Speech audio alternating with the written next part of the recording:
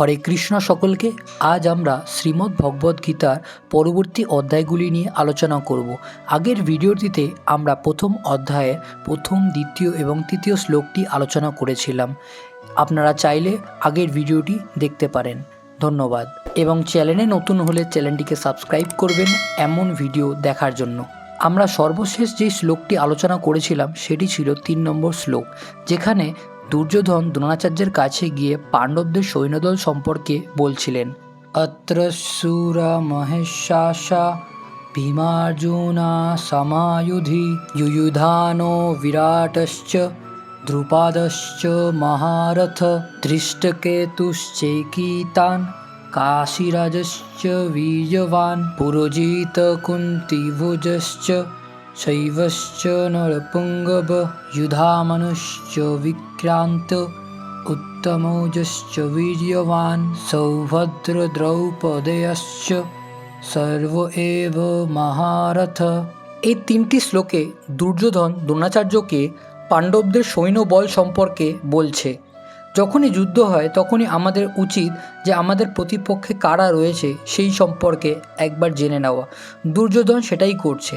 দুর্যোধন দ্রোণাচার্যকে বলছেন, আমাদের পাণ্ডবদের সেনাদের মধ্যে ভীম ও অর্জুনের মতো বীর ধনুর্ধারী রয়েছে, যযুধন, বিরাট, দ্রুপদের মতো মহাযোদ্ধা রয়েছে, সেখানে দৃষ্টকেতু, চেকিতান, কাশীরাজ, পুরজিৎ ও কুন্তিভুজদের মতো অত্যন্ত বলবান যোদ্ধারাও রয়েছেন, সেখানে রয়েছেন অত্যন্ত বলবান যুধামন্যু, প্রবল পরিক্রমাশালী উত্তমৌজা, সুভদ্রার পুত্র এবং দ্রৌপদীর পুত্রগণ।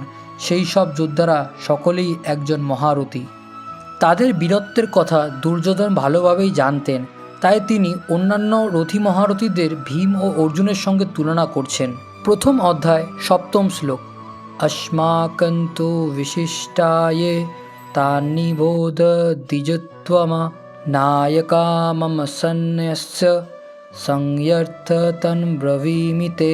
এই শ্লোকটির দ্বারা দুর্যোধন আরও বলছেন দ্রোণাচার্যকে, হে ব্রাহ্মণ শ্রেষ্ঠ, পাণ্ডবদের সেনাদলকে তো আপনি দেখে নিলেন, এবার আমাদের পক্ষে কারা কারা আছে একবার সেটাও জেনে নিন।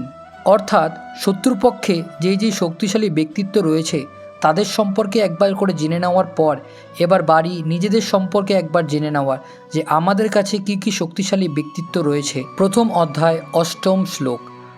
ভবান ভীষ্মশ্চ কর্ণশ্চ কৃপশ্চ সমিতিঞ্জয় অশ্বত্থামা বিকর্ণশ্চ সৌমদত্তিস্তথৈব চ। দুর্যোধন আগে আরও বললেন, সেখানে রয়েছেন আপনারই মতো ব্যক্তিত্বশালী ভীষ্ম, কর্ণ, কৃপাচার্য, অশ্বত্থামা, বিকর্ণ ও সোমদত্তের পুত্র ভূরিশ্রবা, যারা সর্বদা সংগ্রামে বিজয়ী হয়ে থাকেন। পাণ্ডবদের রথী মহারথীদের বর্ণনা করার পর দুর্যোধন তার সপক্ষে যে সমস্ত বীরেরা যোগদান করেছেন তাদের বর্ণনা করছেন। বিকর্ণ হচ্ছেন দুর্যোধনের ভাই, অশ্বত্থামা হচ্ছেন দ্রোণাচার্যের পুত্র এবং সৌমদত্তি বা ভূরিশ্রবা হচ্ছেন বাহালিকের রাজার ছেলে। কর্ণ হচ্ছেন অর্জুনের বৈপ্রিত্রেয় ভ্রাতা, কেননা রাজা পাণ্ডুর সঙ্গে বিবাহ হবার আগে কুন্তী দেবীর কোলে তার জন্ম হয়। কৃপাচার্যের যমজ ভগ্নীদ্বয়ের সাথে দ্রোণাচার্যের বিবাহ হয়। এছাড়া নানান সম্পর্ক জড়িত রয়েছে। প্রথম অধ্যায় 9 নম্বর শ্লোক। অন্যে চ বহবহ শূরা মদর্থে তেত্তজীবিতা নানা শস্ত্র প্রহরণ সর্বে যুদ্ধ বিশরদ।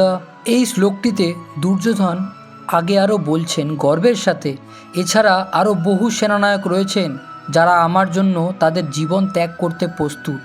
তারা সকলেই নানা প্রকার অস্ত্র শস্ত্রে সজ্জিত, তারা সকলেই সামরিক বিজ্ঞানের বিশারদ। এখানে দুর্যোধন গর্বের সাথে বলতে পারছে যে তার পক্ষে যারা আছে তারা তার জন্য জীবন ত্যাগ করতেও প্রস্তুত।